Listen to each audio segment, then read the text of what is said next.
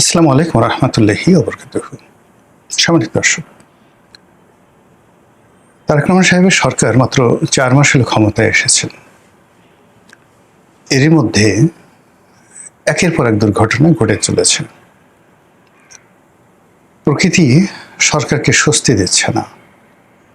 ঝড়, বৃষ্টি, বন্যা, বাদল, এতে করে সরকারের যে অর্থনীতি, ইকোনমি, এটি মারাত্মকভাবে ধসে পড়ছে।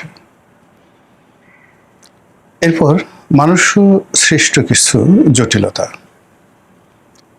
প্রতিটি মানুষ যার যার অবস্থানে থেকে তার লোভ, লালসা, কামনা, বাসনা, প্রায় প্রতিটি জিনিসই এক্সট্রিম অশ্লীলতা, এক্সট্রিম নির্মমতা, এই পর্যায়ে তারা নিয়ে গেছে। যেমন ধরুন, আমাদের সমাজে চাঁদাবাজি, তারপরে লুটতরাজ, ডাকাতি সবসময় ছিল। এমনকি ইনুস জামানাতে ছিল, শেখ হাসিনার জামানাতে ছিল। কিন্তু গত 4 মাসে চট্টগ্রামে একের পর এক যে ঘটনাগুলো ঘটছে, সিলেটে যে ঘটনা ঘটছে, বরিশালে যে ঘটনা ঘটছে, ঢাকা শহরের মোহাম্মদপুর, উত্তরা, সায়দাবাদ, কারওয়ান বাজার থেকে শুরু করে বিস্তীর্ণ এলাকাতে যা কিছু ঘটছে, এর সবকিছুই মনে হচ্ছে মানুষ সৃষ্ট গজব। এত নির্মম, এত অসহায় সমাজ আমরা কখনো দেখিনি।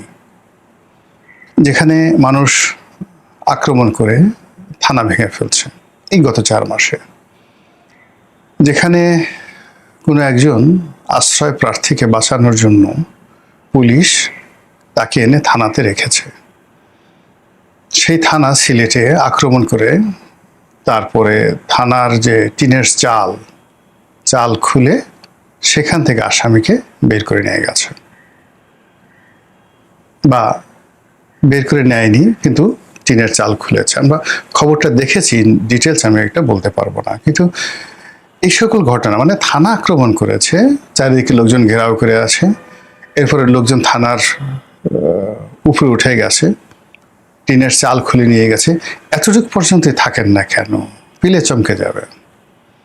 এরপরে আরেকটি জায়গাতে যেখানে ঘটলো যে পুলিশের এক কর্মকর্তাকে মারধর করলো, ওসি কান্নাকাটি করলো, এবং সেখানে বলা হলো যে অমুকে মেরে ফেলা হয়েছে, এরকম একটা ধোঁয়া তুলে পুরো পুলিশের যে কান্নার দৃশ্য, সেই দৃশ্য সারা দেশকে নাড়িয়ে দিয়েছে।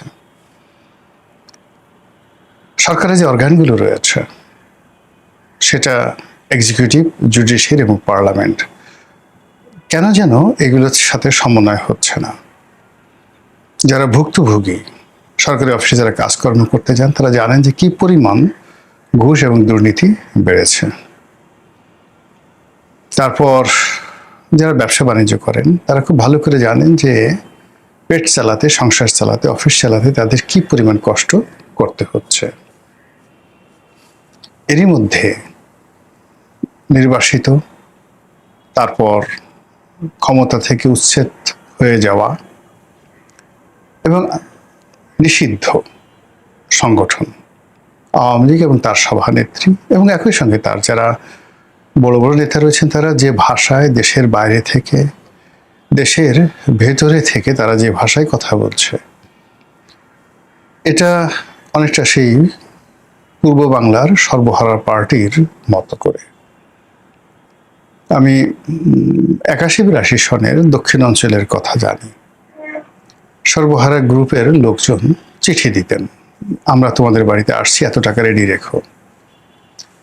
তো এই চিঠি নিয়ে থানায় গিয়ে, কোথাও গিয়ে কোনো মানুষ সাহায্য পাবে এই আশাই তারা করতো না, এবং পুরো বাড়িতে এটা মরণ কান্না শুরু হতো।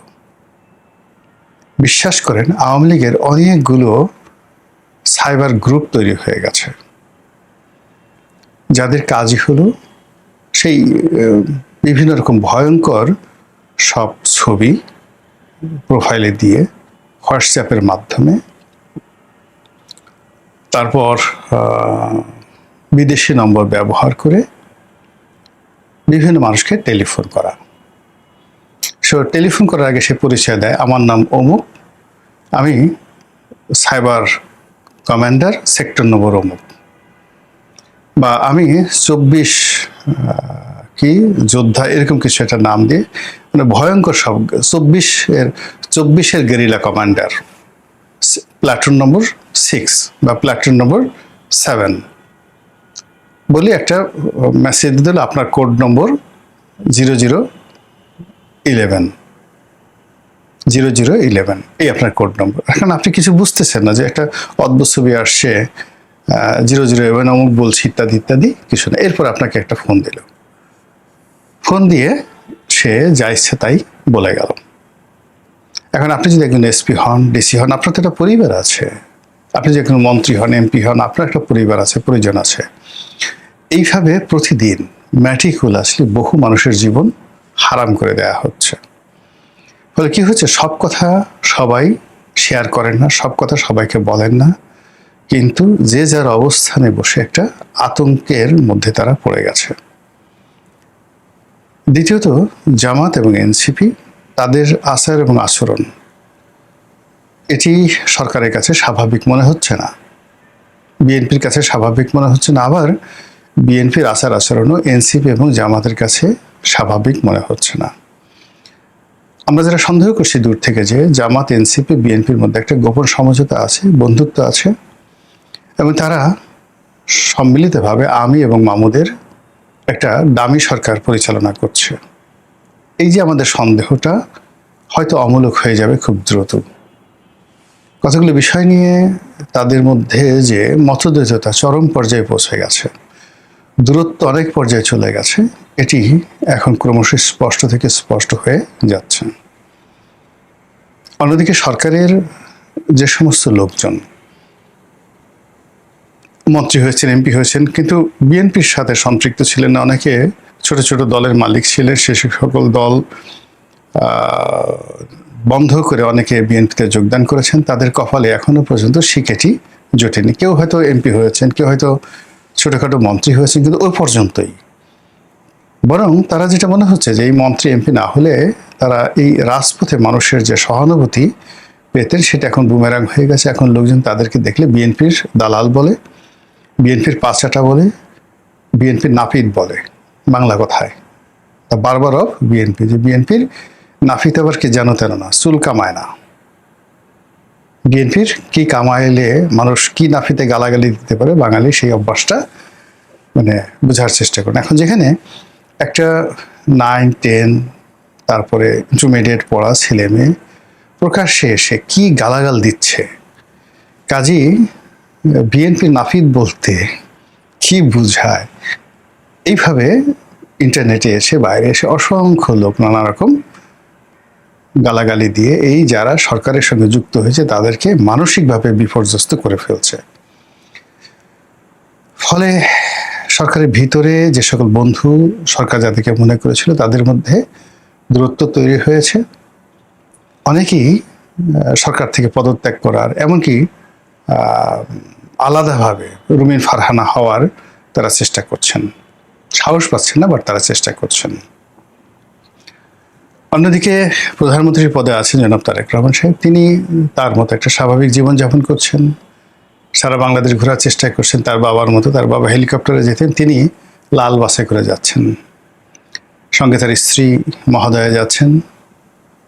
তারপর বাস থেকে নামা, প্লেন থেকে নামা, এরপর কোনো একটা অনুষ্ঠান করা, সেখানে তার সঙ্গে তার স্ত্রীর যে একটা রসায়ন, এটা আবহমান বাংলায় মানে অনেকটা শিরি ফরহাদ, লাইলি মজনু এরকম মহাকাব্যের মতো মনে হলেও যাদের চোখ জ্বলে, যাদের অন্তর জ্বলে, যারা সারা দিন বউয়ের সাথে ঝগড়াঝাটি করে, বউকে পাত্তা দেয় না, বউ আবার তাদেরকে পাত্তা দেয় না, নিজেরা ঘুষাঘুষি করে, বউ খামচি দিয়ে ধরে, জামাই এবার বউয়ের চুল ধরে টানাটানি করে, এরকম লোক তো আমাদের দেশে অনেক আছে না, অনেকে আছে। তাদের যে কি হিংসে হচ্ছে বলার মতো না। যে এটা একটা কাজ হলো, প্রধানমন্ত্রী সব কি শুরু করেছে, এটা কি আমেরিকা নাকি এটা ইউরোপ? বাংলাদেশে কি আমাদের ইজ্জত নেই? আমরা এখানে মালহামা করতে পারি, আমরা এখানে অনেক কিছু করতে পারি, মোতা বিয়ে করতে পারি, আমরা বিভিন্ন জায়গাতে যেতে পারি, কিন্তু এইভাবে বিয়ে করা বউ নিয়ে মানুষের সামনে হাত ধরতে লজ্জা করে না প্রধানমন্ত্রীর? আমাদের মতো তারা এইভাবে যদি অবগুণ্ঠনধারী হতো, পর্দার আড়ালে সব কিছু করতো, সেটা যেভাবে করুক না কেন, আমরা তো সব কিছুই যে স্ত্রীর সাথে করি, নট লাইক দ্যাট। কিন্তু তিনি সেগুলো না করে এখন তিনি প্রকাশ্যে মানুষকে প্রেম শিখাচ্ছেন, ভালোবাসা শিখাচ্ছেন। তো এতে করে লক্ষ লক্ষ মানুষের অন্তর জ্বলে যাচ্ছে, তাদের ভীষণ রকম রাগ হচ্ছে। আর অধিকন্ত যাদের ধরেন ক্যাটকাটা বউ, চেহারা ভালো না, গায়ে মাংস নেই, গায়ের রং কালো, তারপরে খুবই খিটখিটে মেজাজের, কথায় কথায় মিনসে বলে গালি দেয়, বটি নিয়ে আগায় আসে। তো এই সমস্ত যারা স্বামী বুঝতে পারেন তাদের ভীষণ রকম মেজাজ গরম, অস্বাভাবিক তারা মানে আচরণ করছে এই সময়টিতে। এই ক্ষুদ্র একটা ঘটনা প্রধানমন্ত্রীর একান্ত ব্যক্তিগত জীবন। এমনকি তার যে কন্যা, এখন তার কন্যা ফুটবল খেলেন, তারপর ইংরেজিতে ভালো কথা বলেন, সে যা ব্যারিস্টার। আল্লাহ তাকে একজন কন্যা হিসেবে অসাধারণ সুন্দর অভিব্যক্তি, সুন্দর চেহারা, নম্র ভদ্র, কথাবার্তা শুনে মনে হয় না যে নেতিবাচক। বয়স 30 বছর হয়ে গেছে বা 32 বছর হয়ে গেছে, কিন্তু তার আচার আচরণ দেখে এটা দেবতুল্য মানে সরলতা তার মধ্যে রয়েছে। এটা দেখে যাদের রাগ হয়, চিন্তা করে যে আল্লাহ আমার মেয়েটা তো বদমাইশ, এই 20 বছর বয়স হয়ে গেছে, 4-5টা প্রেম করেছে, 3-4 বার ঘর থেকে বের হয়ে গেছে, তারপরে হোটেলে গিয়ে রাত কাটায়, ইয়াবা খায়, ফেন্সিডিল খায়, গাঁজা খায়, ঘরে বয়ফ্রেন্ড এনে শুয়ে থাকে, কিছু কথা বললে এসে মানে সে বয়ফ্রেন্ড দিয়ে বাবাকে মাকে নির্যাতন করে। তো তারা যখন এরকম একজন জাইমা রহমানের মতো একজন নারীকে দেখেন, কন্যাকে দেখেন, রমণীকে দেখেন, তাদের বিশ্বাস করেন তারেক রহমানের উপর ভীষণ রাগ হয়, অসাধারণ তাদের রাগ হয়। তো এরকম কিছু বিষয়াদি তো রয়ে গেছে।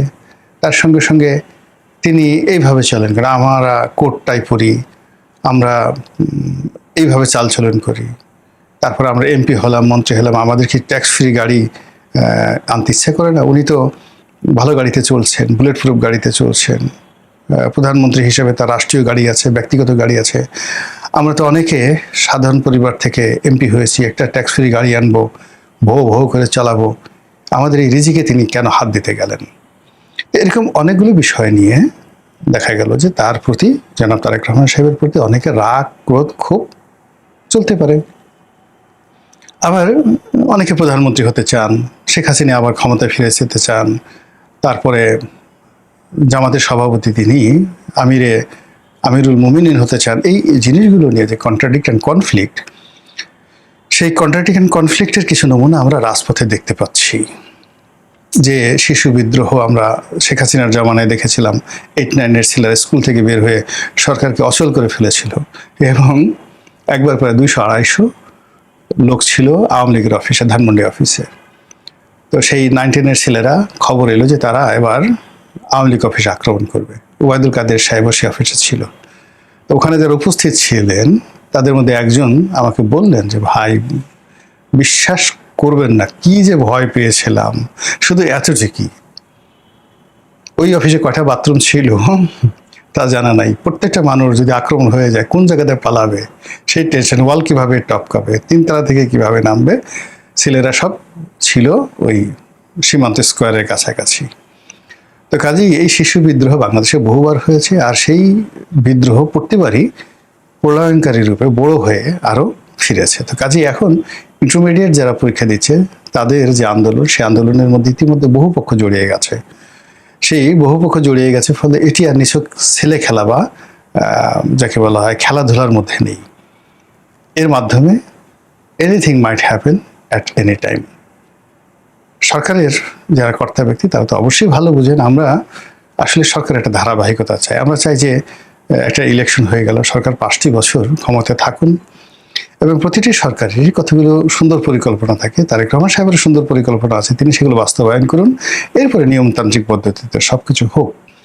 কিন্তু এইভাবে যদি ঘন ঘন সরকার পরিবর্তন হয়, ইউনূস সাহেবের যেভাবে তাড়াতাড়ি চলে গেলেন, আবার তারেক রহমান সাহেব যদি চলে যান, আমরা কিন্তু আসলে এই ভার আর বহন করতে পারবো না। এবং সেক্ষেত্রে যখন এরকম একটা পরিস্থিতি হয়, তখন যারা অর্গানাইজড থাকে, বাংলাদেশে এখন 3টি শক্তি অর্গানাইজড আছে।